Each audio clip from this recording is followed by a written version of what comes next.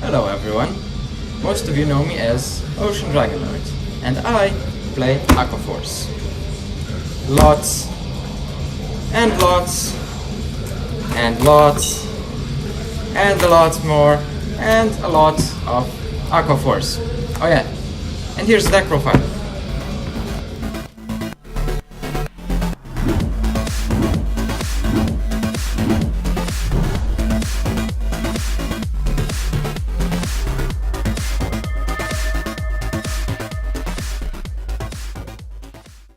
Now let's get into the deck profile. First we have the Great Zeros. The starter is Kelpie Rider Mitros. Then we play 4 Kelpie Rider Petros, 4 Supersonic Sailor, a Battleship Intelligence, 2 Mothership Intelligence, 1 Blue Storm Soldier Missile Trooper, 3 Blue Storm Battleships Wadatsumi, and finally 1 Jet Ski Rider. Oh yeah, by the way, this is a rush deck. First we have 4 times Silent Ripple Soterio. He's the main right target and he enables Thavas' ability to restand out the rear guards. Great for early pressure. Next up we have 4 fresh released from the ban list Flash Ripple Odysseus. He is the main engine of the deck for the early game. He makes numbers, he makes better columns, he procs abilities, and just an overall great card, and it also makes Pale Moon players very jealous. Next we have 4 Kelpie Rider Nikki. His main role is to be a stride fodder because we run very few grade 3s, so we need a way to stride consistently. Next we have 2 Dispatch Mission Seagull Soldiers.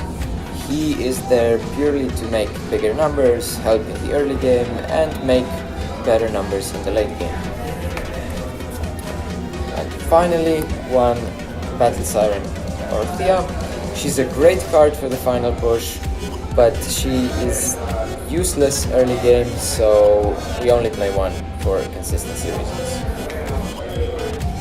For the grade 2s, first we run Rising Ripple Pavaroth. He is the ideal right target. He also gets corrected into by Odysseus. He becomes a 10,000 power base if you have Soteria in your soul, and if Soteria is in the soul, he also gets an ability that on hit restands other rear guards, promoting furthermore a more aggressive early game. Next up we have Tidal Assault. One of the best early game cards in the deck, one of the best cards in Aqua Force in general.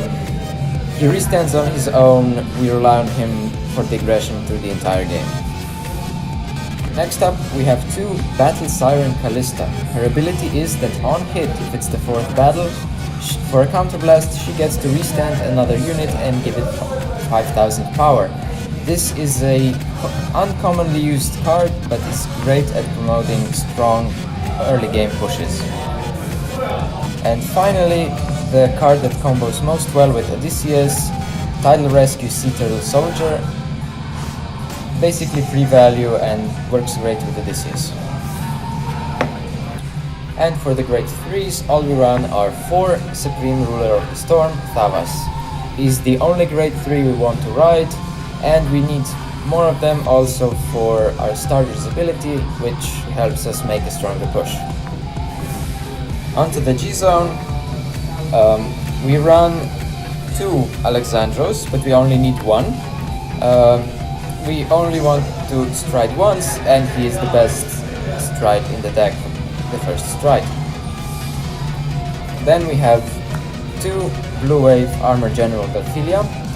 As you might have noticed before, we don't actually run heals, so she's only an unflipped target for Alexandros in case we'll need a counter charge in the next turn. Then we run Sea Breeze. This deck relies on early rushing, however, if our opponents want to great stall us, or if they simply do not have a grade 3, this card is still amazing at pushing for the game. And the rest are basically just cards we run because we have space. The rest is If we need to maybe try second time, sometimes these will simply be better. This is another one.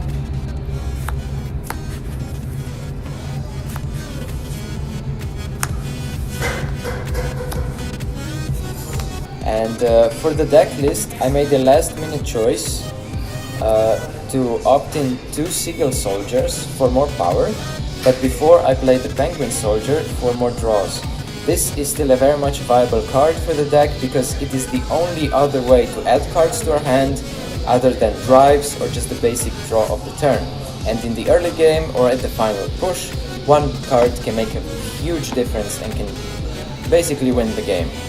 So he is still a very viable choice and can be swapped for Seagull Soldier.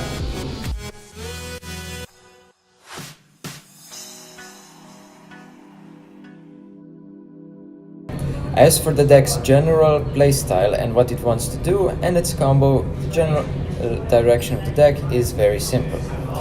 When we start, we want to be aggressive as early as we can. The first ride we want to do is into Soterio.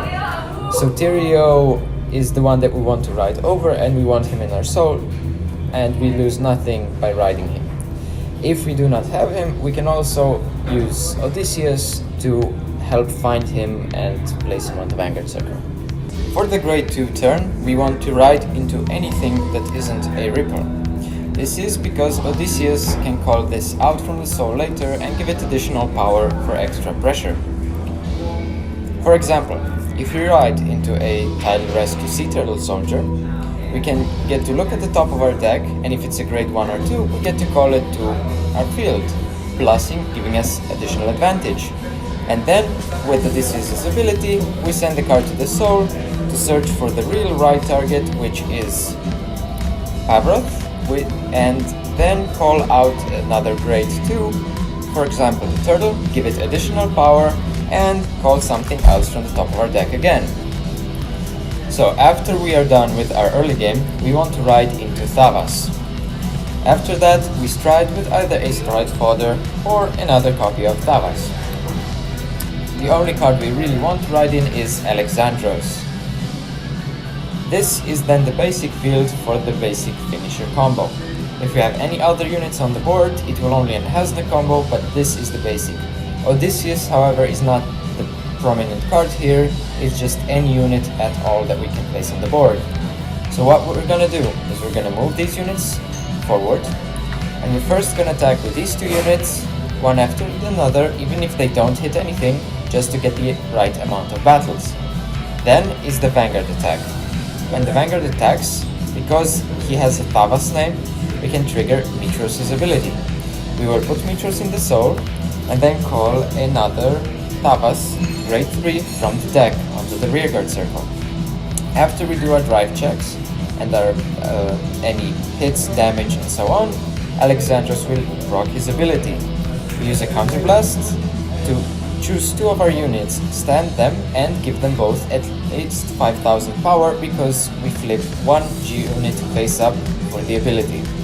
Next is Thavas' attack, because when he attacks at exactly 4th wave, we can then counterblast 1, stand him, and attack again. He is also a great unit to pass on critical triggers because we will then double dip, or in some cases even triple dip, in all the power and criticals we get from the triggers. And in better cases, when we have a restander in the front row, we can also restand him several times with the additional power of Alexandros as well as triggers. Okay, so an ideal finishing turn with this deck would look like something like this. We ride into Thavas, we stride into Alexandros. We then move Mitros forward, place an Orthia behind him, something like a Tidal Assault in the other column, a Seagull Soldier perhaps, give additional power to Tidal, and then something behind the Vanguard that increases the Vanguard's power. And our attack pattern will look like something like this. We attack with Mitros just to get the right amount of battles. We attack with Tidal. With Seagull's ability, he's 12,000, he can now hit the Vanguard. And due to the new rules, the once per turn ability does not cause him to restand unless we want him to, and in this case we will choose not to restand him.